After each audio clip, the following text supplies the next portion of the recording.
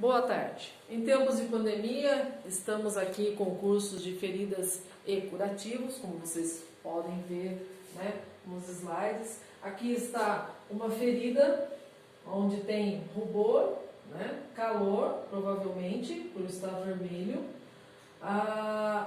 pus, e isso aqui provavelmente foi ocasionada por lesão, por uma picada de inseto, a gente vai chegar um pouquinho mais à frente. Então, nós temos o quê? Lesões causadas por lesão de pressão, tem lesão também que é ocasionada devido a tombo, a lesão de arma branca e assim por diante. E aqui ao lado alguns itens, alguns instrumentos que a gente utiliza para o nosso curativo. Então, nós vamos falando um pouquinho mais de lesão, então eu vou um pouquinho mais à frente. Agora vocês vão observar o cronograma do curso. Anatomia e fisiologia da pele. Então temos que entrar em anatomia e fisiologia da pele. Não tem como eu estar fazendo um curativo sem mesmo saber o que aconteceu, qual o tipo de tecido, o que ocasionou, como eu vou fazer. Existem também aqueles pontos falsos, que um pouquinho mais à frente eu vou estar falando meio um pouquinho com vocês.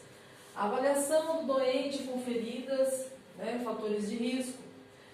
O que seriam os fatores de risco? Temos que saber alguns fatores de risco para o paciente. Cicatrização das feridas e fatores que interferem na cicatrização adulto e pediátrico. Aspectos fisiológicos do paciente com ferida, adulto e pediátrico. Estado imunológico, importante saber o estado imunológico. O que seria? Está com baixa imunidade. Às vezes uma pessoa diabética, ela se machuca e não tem uma cicatrização eficaz. Classificação das feridas, manual das feridas, produtos para tratamento das feridas, conceituação de lesões dermatológicas, lesão do membro inferior, lesão por pressão, queimaduras, pé diabético, princípios gerais do tratamento de feridas e coberturas e curativos. Então, nós vamos falar hoje um pouquinho de lá em cima, da anatomia e fisiologia da pele. Então aqui, logicamente que todos somos desta forma. Então, analisando um pouquinho mais, estudando um pouco mais, nós vamos ter que saber como funciona a anatomia e a fisiologia da nossa pele. Então, a anatomia da pele é uma estrutura, um órgão que participa de um sistema denominado sistema tegumentar. O que seria o sistema tegumentar? São conjuntos de fibras que, na verdade, é a nossa pele. Nada mais é do que a nossa pele. Então, o tecido tegumentar compreende a pele e seus anexos. Os anexos da pele são especializações das células de derme, pelos e unhas. O fâneros, que são as unhas. Algumas glândulas também são acessórios da pele. O ser humano possui entre 1,5 e 2 metros quadrados, 4,5 a 5 quilos. Há sulcos grandes frente às articulações correspondendo a pregas da derme, denominados linhas e flexões. Há também sulcos que formam as cristas papilares, que têm a função de auxiliar a adesão a objetos, utilizadas para identificação pessoal e impressões digitais. Nada mais é do que as pontas dos nossos dedos, onde eu deixo as impressões digitais.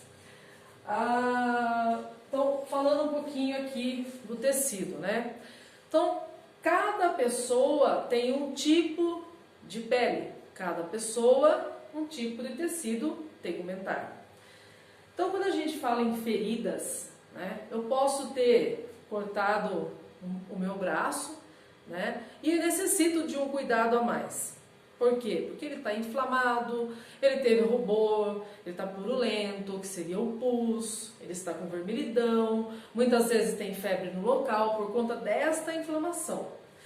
Então, logicamente que não somente o curativo que vai estar melhorando a situação da ferida, e sim entrando com anti-inflamatório nesses casos de inflamação, tá? Aonde o paciente tem que tomar o anti-inflamatório durante os 7 dias. Como eu sempre falei na aula de farmácia, né, os meus alunos, que não adianta o médico receitar lá o antibiótico ou anti-inflamatório durante 7 dias, no 3º ou 4º dia ele fala, já tá bom, eu já tô melhor, não tô sentindo mais nada, já sarou aqui. Beleza, você tomou de 3 a 4 dias, sendo que seriam 7, tá? Então o que acontece? A partir desta data que você parou com o anti-inflamatório, aquele monte de bactérias, eles vão se proliferar, criar mais força e vir atacando e você ficar pior, tá? Então a gente tem que seguir sim os 7 dias, juntamente com o curativo, tá? Para que isso melhore rapidamente. Vamos a mais à frente. Anatomia da pele. É até bonito de ver, né, esses recortes assim.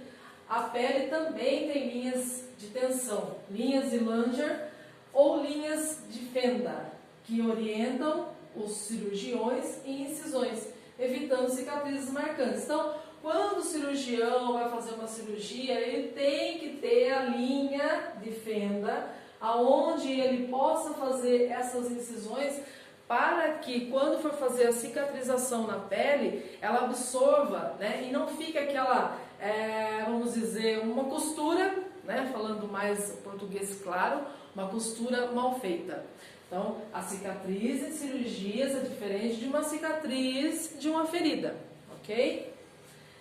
Se o resultado da direção em que as fibras colágenas e elásticas da derme se dispõem, espessura varia em média de 1 a 2 milímetros, podendo chegar a 0,5 milímetros nas pálpebras e 4 milímetros nos calcanhares. Então aqui está um quadro de epiderme, derme e hipoderme. Então seria a primeira camada, né? A gente chama primeira camada, segunda e terceira. Quando existe uma ferida, uma lesão, e ela ocasiona uma lesão um pouquinho mais profunda, ela vai conseguir atingir a de segunda a terceira camada. Então ela pega na primeira, a segunda e a terceira, ok? Agora, se é uma lesão mais fraca, ela vai atingir apenas a primeira camada e não vai passar disso desde que seja curada já no início. Tá? É como se fosse uma doença, né, que a gente acaba diagnosticando e isso é curado já desde o início do tratamento para que não vá mais à frente. Então a ferida é a mesma coisa. Vamos falar um pouquinho mais. Por que a pele é dividida em 3 camadas? Porque existem o quê? Proteção. Injeção.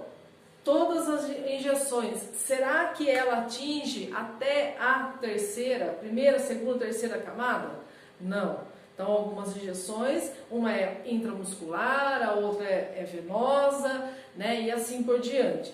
Aquelas que é subcutânea também, né, então é mais acima, como a de diabetes, né, quem é diabético sabe muito bem que isso aplicando essa insulina, ela é entre pele, não precisa aprofundar tanto para que pegue as camadas da nossa pele. Então aqui está, né, epiderme, derme e hipoderme. Então tem lá os folículos piloso, aonde nossos pelinhos, né, estão tendo vida. Essa imagem, até é interessante comentar, né, que a gente observa algumas veias, né, a corrente sanguínea aqui, as linfas, né, em azulzinho estão as linfas, em vermelho a corrente sanguínea. Então elas praticamente estão estagnadas. Por quê? Porque existem camadas de gordura no meio, que seria a derme, tá? Segunda camada. Então tem uma camada de gordura e, professora, será que a gordura, ela também dificulta a nossa Beleza!